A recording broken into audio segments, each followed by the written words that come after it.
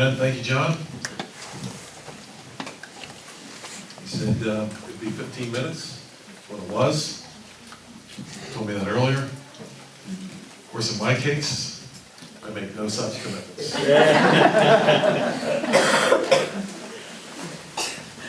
Truly.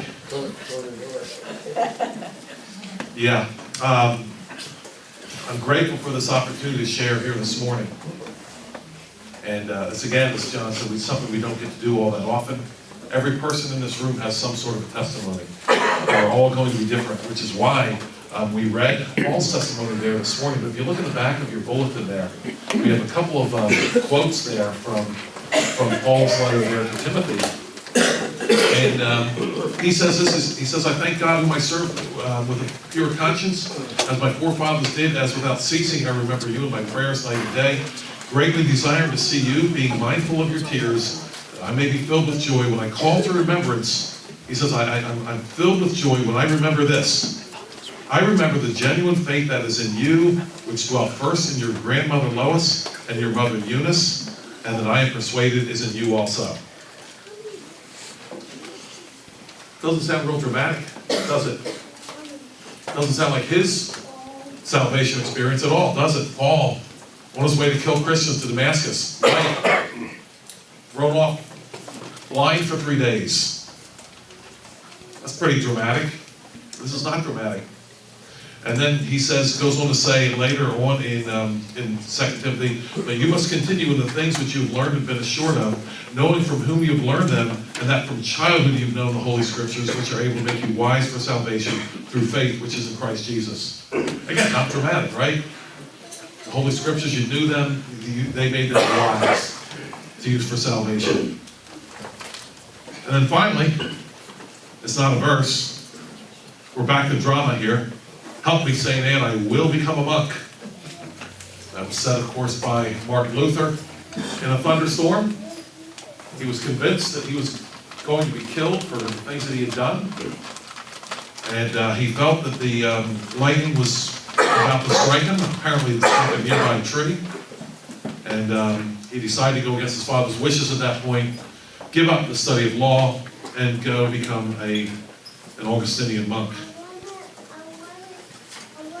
Well, I'll start towards the back of my testimony first here, and I want to talk briefly about the Independence Reformed Bible Church here. Many of you know that I was not in favor of a work like this. I still remember in our home, we prayed about it. We asked John and Beth we asked anybody who was interested to come and pray with us, and John and Beth were the only ones to come, and of course, not a whole lot of people even knew. And so we would get together, we would pray a few times, and then one day we got together, and we were looking for some sort of a sign, if you will, that we're supposed to move forward. And John said to me, he said, well, Joel, did you receive a fax? Nah, still looking for the fax. Don't know what to do. Well, what happened in the meantime was we were challenged by another pastor who ordained John and I, Pastor Paul Michael Raymond from Virginia.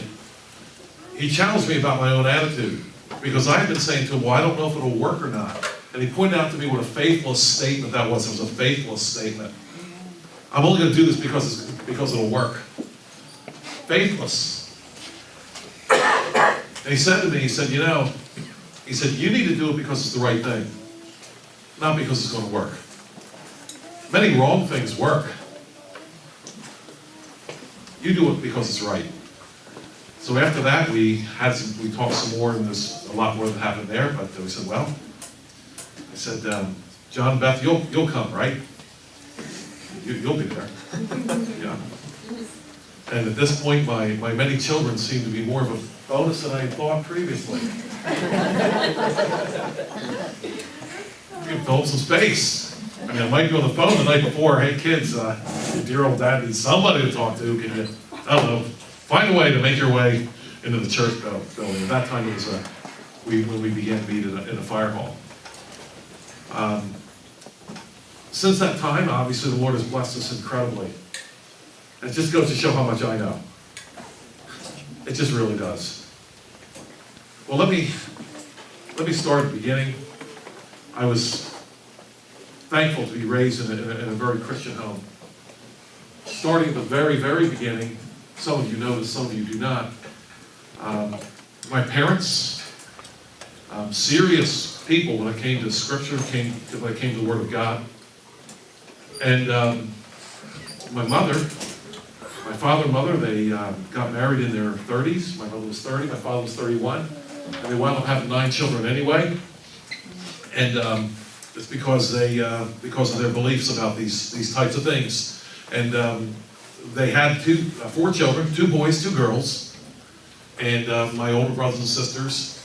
And they were then told by a doctor, my mother had developed blood clots in her legs, and they were told by doctors, no more. Now, for most people, I mean, what can be better, right? 2 boys, 2 girls. A couple generations ago, that was a perfect family, right? Now, of course, we're down to 1 boy and 1 girl. That's the perfect family. I guess in another generation, perfect family would be no children. I don't know.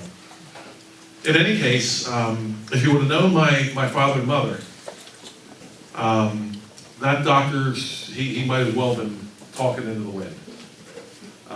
That meant absolutely nothing to them. They didn't believe that they should prevent children. It just was not in their vocabulary whatsoever. My dad said to me many times, says, I've looked for it in the Bible, I can't find it. I gotta say that I did not have the faith that my father had. But my father and mother really had faith when it came to this, and so they had 5 more children. And the first one they had after they were told not to have any more was, it were I. It was I. It was I, right? It was me? I think it was Joel. Yeah, so we trust and hope by the grace of God that my parents' decision will redound to the world being better than worse. But that really affected me, knowing that when I found that out later on, because growing up in that Christian home where my father read us the Bible every day. Every day he would read us the Bible, and it was a very serious thing with him. And this is why I chose that verse there, because I was able to hear the Holy Scriptures which make a person wise to salvation. And my father would not stop reading the Bible. He just read it all the time to us. And I might have mentioned before, when we got to those long begat chapters in Chronicles, it was plowing right through the begat chapters. Read everything. Then we moved on to the next. That's just the way he did it. And there were some other things that happened there too, because my dad was, he was Arminian, meaning that he did not really, at least formally, trust the sovereignty of God in personal salvation. And I trust I'll get that in my own case a little bit later, but when I was 9 years old, I remember believing Christ for my salvation, knowing that I was in big trouble. I was in big trouble with the Holy God. And my only chance was to turn to Christ for salvation. There was a lot I didn't understand. I didn't understand substitutionary atonement. I didn't understand supralapsarianism. But I did understand that I was a sinner and I was in big trouble, because God wasn't going to put up with it. And my own father, I prayed with my father that night. Well, moving forward, I later on do recall the times that even before I was a believer, I was even as a little kid, a little rebel. I still remember a Sunday school class where the teacher asked everybody to raise their hand. I must have been 7 or 8, a real little kid. And the teacher asked us to raise our hand if we're a Christian. And most people raised their hand. I remember thinking, well, I'm not a Christian, so I'm not raising my hand. Who was I? A little 7, 8-year-old kid. I lived and breathed every moment by the grace of God. There are many people that didn't even live to be 7 or 8 years old. And who did I think I was? What great grace and mercy God has for us. Well, my father, rightly or wrongly, professed an Arminian idea that, we choose God. But I noticed a funny thing as I grew up. It seemed like most of the pastors that he loved were all Calvinists. And I don't know if he knew that or not. And I myself got to that point where I had to think these things through myself, but the nice thing about my father was he didn't really come to my soccer games or my baseball games. He didn't care, it wasn't that important to him. What was important to him was to teach his children the Word of God. And what was important to me was that he could answer my worldview questions. As a young kid, I wanted to know how the world worked. And, why are there Muslims that believe what they believe? Why are there Hindus and Buddhists? And why do we believe what we believe, and why are we right about it? And how does the world work anyway? And my father was able to address those things. And that, for me, was really important. And you'll notice today that my testimony really has to do a lot with other people. There were so many other people that were so big in my life. And in this case, I still remember one day, we were working, it was a Saturday, my dad was there, and I couldn't understand inflation. Inflation bothered me. I couldn't understand why $1 today was going to be worth less later. What was that about? And my father explained it to me. He said, this is an example of how my dad would talk to me when I would ask this question. He said, all right, he didn't say, dumb question, go read a book. He said, here's how it works. He said, let's say you're on an island, and the means of exchange is gold. People exchange gold coins, which has been done. He said, and after a while, on this island, people get tired of exchanging and carrying the gold coins around. So they give the coin to somebody, that person writes them a note. And remember that our Federal Reserve notes used to say that this note was good for money, good for gold, or good for silver. They're called silver certificates or gold certificates. If you ever look at some of the old ones, they look a lot like our Federal Reserve note, only they say different things. But my father went on to say, look, he said, so they start to exchange notes. Someone gives you a $10 gold piece, and instead of giving you change or whatever, they give you a note, and then people just exchange the notes. He said, so that's good for a while, and everybody's happy. And then he said this.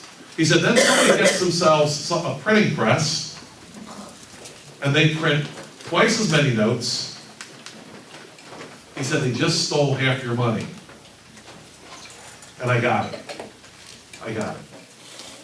That's how my father would talk to me.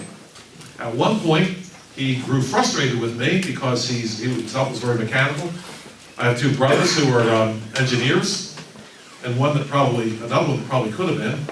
And my father, many of you know, was an inventor himself. He understood mechanics. He understood those kinds of things. And I didn't. And one day he said, you just don't know anything. And he said, I want you to go give me a report on how a carburetor works.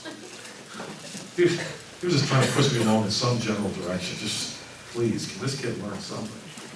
And so I got out my World Book Encyclopedia and wrote a little report on a carburetor, and I came back and gave it to my dad, and the only thing I remembered about it, and I thought was pretty cool, is that the report said, the encyclopedia said that atmospheric pressure pushes the air into the carburetor at speeds of hundreds of miles an hour.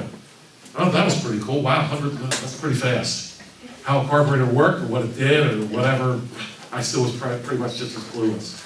And one day my dad said to me, he said, Dad, son, I think I know what everybody's going to do in this family except for you. I just don't know what you're going to do. Just trying to figure out, I'm trying to help you, but I don't know. Well, I didn't know what I was going to do either. So they sent us to school here. Many of you know. I attended school here at the Costello Christian School at that building off to our left.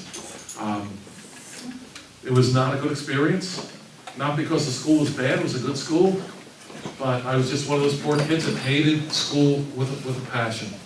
I hated every moment. I still remember coming in, I was in the 3rd grade, I remember, and I had my little lunchbox with Gene Autry on the front of it, if you can imagine that. And I remember putting it in a place up above me, and I was in 7th grade at the time, and looking at it and saying, I just hate everything about this. I just hate everything. There were some few good moments though, and I realized over time that the good moments were the non-school moments. If I could deal with school, it was because there was recess and there was lunchtime. And of course, the highlight of I don't know if I'm supposed to be ashamed of this or not. I probably should be, but I'm not. Was that food fight we got into in the 4th grade. 3 or 4 minutes of glorious. Don't try this at home, kids. It was the highlight of my grade school experience. It just was. I hated school that much, learning, and it seemed like the girls were smarter and everybody else was smarter, and long division, and I couldn't do it. I just couldn't. And that food fight, though, made things palatable. Forgive the pun. I was so upset with my brother. He was a 6th grader. And he was the engineer, and always thinking of how best to do things. And when the food started flying, I was a 4th grader, he was a 6th grader. When the food started flying, he went and grabbed one of the trash can lids and totally made him, I couldn't do anything. He could throw anything from behind the trash can lid, and whatever I threw hit the trash can lid. I didn't have a trash can lid, but just 3 or 4 minutes of bologna sandwiches, half-eaten pumpkin pies, apple cores, flying thick through the air. And I was like, Mom, school isn't so bad after all. In fact, I got it pretty badly because I was drinking, you may remember, those, they still have them, I'm sure, those little half-pint cartons of milk. And I had chocolate milk that day. And, of course, when you set it down with the spout towards you. And somebody scored a direct hit. Not on me, but a direct hit on my chocolate milk. It was a half-eaten apple, smacked against the chocolate milk, and got chocolate milk all over me. What a wonderful day in school that was. Well, that sort of continued on for me up until 7th, 8th grade when I began to discover books a little bit and began to appreciate learning. Still was difficult for me though. I still remember my mother telling me that I should really learn math. I hated math. I couldn't understand it. It didn't make sense to me. Basic arithmetic did, but beyond that, I couldn't understand why anybody wanted to learn it. My mother would say, well, son, we need people to teach it, and maybe you'll be a teacher someday. I said, I doubt it. I've got to figure something else out. Well, later on, I decided that I went to high school. I went to Twin Valley High School. My father, I wanted to go early. I wanted to go in 9th grade. Normally, we went to 10th grade. Back in those days, this school here went up to 10th grade only. It didn't go to 12th grade. So most of my brothers and sisters went here until they were in 9th grade. Then in 10th grade they went because it cost more than 10th grade here. And my dad figured, well, we'll send them off to public school, Twin Valley High School. I still think that I had an amazing father. Because even back in the 60s, my father didn't trust public education even then. And you think about that. That wasn't that far, that wasn't that long after prayer and Bible reading was kicked out. Public school was still a pretty safe place. The things you got in trouble for were chewing gum, running in the hall. But my father back then didn't trust the situation. And so that's why we came here to Christian school. Well, I went off to high school and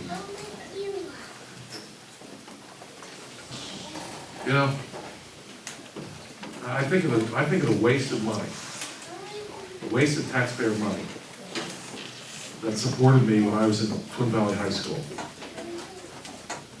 I had brothers and sisters who were on the honor roll. I had one sibling that was like a National Honor Society president or something. National Honor Society. And then along came Joel. And teachers would say, I know you can do this. I taught your brother and sister they could do it. And I'm like, I just don't care. I mean, I'm really glad for them. It wasn't, some people were really hurt by a statement like that. Hey, you need to be like your brother and sister. But you know, I cared so little about that I just laughed it off. Well, I got out of high school, didn't know what I wanted to do, but I decided I wanted to go to Bible college because I wanted to know more about the Bible, what it taught, what was it, what was I supposed to believe about it. And I was thankful for Bible college because it had some very serious teachers. Again, it was a very strong dispensational and Arminian Bible college, but it had some teachers that really believed the Bible. And that was very good for me at that time. Because at this time, my worldview was starting to come together. But one of the things that I ran into was I ran into teachers who told me that we have nothing to do with God's law. I mean, that was a statement that was made to me. We have nothing to do with the Old Testament. Christ has died and everything has become new. And I remember thinking, why did I spend all that time then listening to my father read through the Old Testament? Because when we got done with Revelation, we were right back to Genesis. That's the way it was. Were we wasting our time? And my wife met Audrey there too, and she had some questions about that as well. What are we supposed to do with this Old Testament? Well, along about that time, a friend gave me a book from a gentleman by the name of R.J. Rushdoony, a very bright man and quite a biblical scholar. And he argued something that I had not learned in Bible college at all. He argued that all of the Bible is good for all of life. And if you decide that you want to cut off the Old Testament, you're actually cutting off the Word of God, which we cannot do. Because we know that man shall not live by bread alone, but by every word, right? So if we're going to cut off the Old Testament, we're cutting off life itself. And that changed an awful lot for me. And I still remember, and I'll read it to you, I still remember later on. This was after I'll tell you about my youth group experience in a minute. This verse from Psalm 126. Psalm 119, 126, verse 126. It is time for you to act, O Lord, for they have regarded your law as void. Let me read that verse again. It is time for you to act, O Lord, for they have regarded your law as void. And I realized that had been my whole academic experience, and pretty much my whole church experience. God's law is no good. Well, this came with some understanding. I got out of college, got my degree, didn't know what I was going to do with it. No one else did either at the time. Fortunately, my college experience was not a complete loss. Not for me, anyway. We got married, Audrey and I got married right out of college. And there were some things that happened with us. I still remember we were, I think, pregnant with our third child at the time. And we got to talking about a long-term view because we were talking about our children. And I remember talking about saying, what's wrong with a long-term view? The idea, this might sound funny to you, my friends, but hear me on this. The idea of a long-term view was new to us. It was new. We had not considered that. We had not considered that our children may grow up to have children of their own and children. We just didn't consider that. These were the days of, it's the end, and the rapture's coming, and that was a new thing to us. Well, I worked for various people, worked for Federal Express, moved up here to Pennsylvania, became a youth pastor at a church near here. And that worked out well for a while. I really enjoyed the work. I really liked it. But I ran into a problem, which some of you know about, but I'll share with the rest of you, right? I began to run into some problems. One of them was my theology was seriously changing. I still remember sitting down and wondering how much I had to do with my own personal salvation. How much did I really have to do with it? I had heard things like, well, God votes for you, and, the devil votes against you, and you break the tie. Wow. Okay. As I read the Bible, I realized I didn't have too much, I didn't have the brains to break the tie. In fact, if I was a tiebreaker, I'd break it in favor of the devil every time, quite frankly. That wasn't working for me. And then it was like a 50-50 thing. Could be 50-50. You know, God does 50%, I did 50%.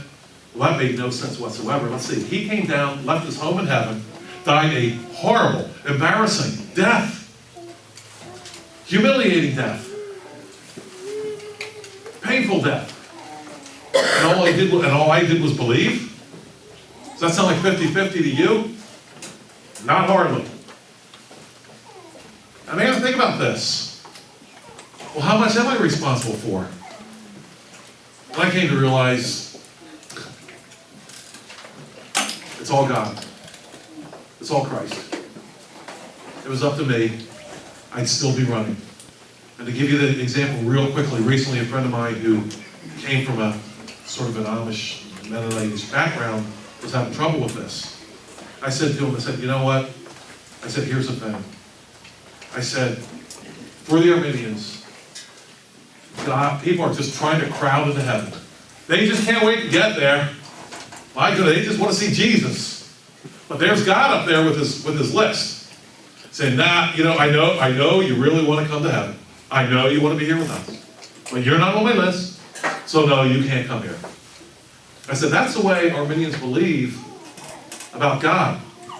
I said, but here's the way it really is. We are running away from God as fast as we possibly can. Only stopping momentarily to turn around and shake our fist in his face. And God in his mercy reaches out and saves some of us. You know, we sang songs about grace this morning. I believe that that's the only way we can really understand grace. Because if it was up to us, frankly, who needs grace? And this really helped me formulate my worldview about things, but it made for some trouble where I was working. Remember, I'm a youth pastor. And we started to have some problems there with my own thinking. First of all, I realized that, and let me say this disqualifier here, this disclaimer. I'm not talking about every youth group that's ever existed, or every youth pastor that's ever existed, or every youth worker. Jesus Christ was a youth worker. He accepted the little children. That's a youth worker. There's nothing wrong with that. It's good. But this whole youth group thing began to bother me. And I was a youth pastor. One of the reasons why it bothered me was I had kids from different backgrounds in my youth group, and I saw something. I saw the kids from the solid families, families where mom and dad were together, they loved Christ, they were in church, they were teaching their own children. I saw those families did not need me at all. They really didn't. If I dried up and blew away the next day, they'd keep right on going. And then there were other children from really rough backgrounds and difficult, where mom and dad weren't together. And I could do so little for them that it frustrated me. I thought, well, what's going on here? What am I really doing? And I didn't realize that things were going to go downhill from there. Because the next thing I did was I began to look at the Bible. Let's see, what's the Bible has to say about youth groups? So I began to read. I started with a couple books on youth work, and that was not encouraging. I got things like, well, you know, David was a youth when God began to work with him, so that's why we should have youth groups. So, well, you know, I'm not Sherlock Holmes, and I'm not a genius when it comes to logic, but I can figure out that there was no necessary connection here. I was looking for David's youth group, that's what I was actually looking for, and apparently didn't have one. One of the things that bothered me too was, in the books that I read about being a youth pastor, I began to see the qualifications that a youth pastor was supposed to have. Let's see. He's supposed to be available. He's supposed to be knowledgeable. He's supposed to have time for kids. He's supposed to interact with kids. And he's supposed to show them the way of salvation. Kind of sounds like a father. I began to realize I'm kind of like a surrogate father here. I began to realize that my job was sort of like a substitute father. Why can't we have the real fathers do this work? I began to change my mind about youth groups too. I began to see that God's not against youth groups. He's in favor of youth groups. They're called children and family. That's the way he set it up. I began to see something that was very disturbing. I began to see that God has set us up in families. And we see in the book of Deuteronomy and other places, grandparents, parents, children, grandchildren, like this. And they teach each other like this. But what do? We've got all kinds, we've got the separation going just like this. His separation is like this, ours is like this. The first grade, the second grade. I mean grade, whatever. And so then the mom and dad now go off to work and they're separated. Then the parents go off in the old folks' home. And the influence just breaks down. Well, you can kind of see that things aren't going good for my youth. I mean, we're not really talking about an excellent future youth pastor here. Things are going south. Well, I continued my study in trying to discover a youth group in Scripture. And I was surprised that I did find youth groups in Scripture. They were there, I just never seen them. I found not one, not two, I found three. And the mouth of 2 or 3 witnesses, every word shall be established. 3 examples of youth groups. One was that group that Elisha cursed. Remember them? Remember them? Yeah, Elisha's coming back. Elijah's just going up to heaven. And these youth, it says, they popped out and they start mocking Elisha. Elisha curses them in the name of the Lord. Kind of a new concept for me. He curses them in the name of the Lord, and it says that 2 bears came out and mauled 42 of them. And I thought about that. How were things in Israel at that time? You got a group of at least 42 kids just kind of hanging around, messing around. No parents, no direction, no job, no grass to mow. What in the world is going on? I began to think about our own country here. We've gone through a city and seen just aimless kids doing nothing. Well, that was one youth group. I thought, that's very interesting. And then another youth group I learned about was that group of 70 that Nebuchadnezzar created for the sole purpose of separating the Hebrew children from their parents, from the values of their parents. Do you remember that? When Nebuchadnezzar invades Judah, he takes 70 of the smartest children, Daniel, and Shadrach, Meshach, and Abednego being 4 of the 70. And the whole purpose was to set up a new group that would learn the ways of Babylon and forget the things that they had been taught. Things are not going good for me. But there's a third one, and that was that stellar group that Rehoboam consulted with just prior to the breakup of the kingdom. That small little thing, right? The breakup of the kingdom. Remember that? Rehoboam, Solomon's son, wanted to know how he should rule. Rehoboam's father went to God for this. Rehoboam went to his peers and he went to the older folks. Remember, the older folks said, your father was really tough on us. Ease up and we'll serve you. He went to his peer group. A companion of fools shall be destroyed. He went to his peer group. Fools. He said, what shall I do? And they said, well, hey, tell him this. You think your father was bad? You wait till you hear from me.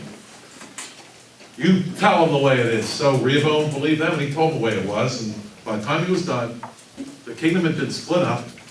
His chief tax collector had been killed in the riot that followed.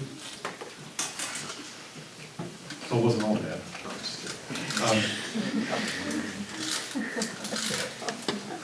The kingdom broke up. It was a mess. So there were my youth groups in the Bible. And I knew it was kind of over for me. I could not do this anymore.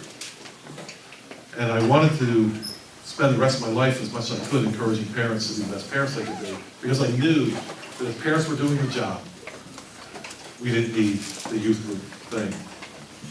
Well, along about that time, I began to read some other things, and my doctrine, my theology was changing. We don't have time to talk about what happened in my own personal doctrine and theology, except to say that once I discovered by God's grace that all the Bible was really relevant. All of it. To the civil magistrate, to economics, to criminal justice, to children, to the future, everything. Things changed dramatically for me. And then the accelerated process out of the youth ministry got very fast, and I was pretty well out of it. Well, I went a little bit longer than I wanted to, but let me just say this. For me, the greatest influence in my life, and I talked to him about it very little today, was my own father. Another terrific influence on me was my mother. And while I went to school a lot, what happened in our home to this day is what I think about, or what I go back to. And it's a great thing being a Christian teacher, that's great, and many good things happen. I remember some good things. But the influences for me were still my parents. And knowing the kind of person that I was, and knowing what the Bible has to say about my nature, if I would have been born in a different family, I mean, who knows? Who knows where I'd be? But God in His mercy had me be born in a family where the Holy Scriptures were taught.